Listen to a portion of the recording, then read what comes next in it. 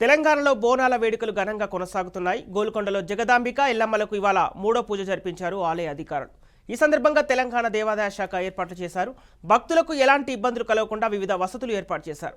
మహిళలు చిన్నారులకు ఇక్కట్లు ఎదురవ్వకుండా పక్కాగా ఏర్పాట్లు చేయాలని రాష్ట్ర ఎండోమెంట్ శాఖ కమిషనర్ శైలజ రామయ్య నిర్వహించిన సమీక్షా సమావేశంలో ఆదేశాలు జారీ చేశారు.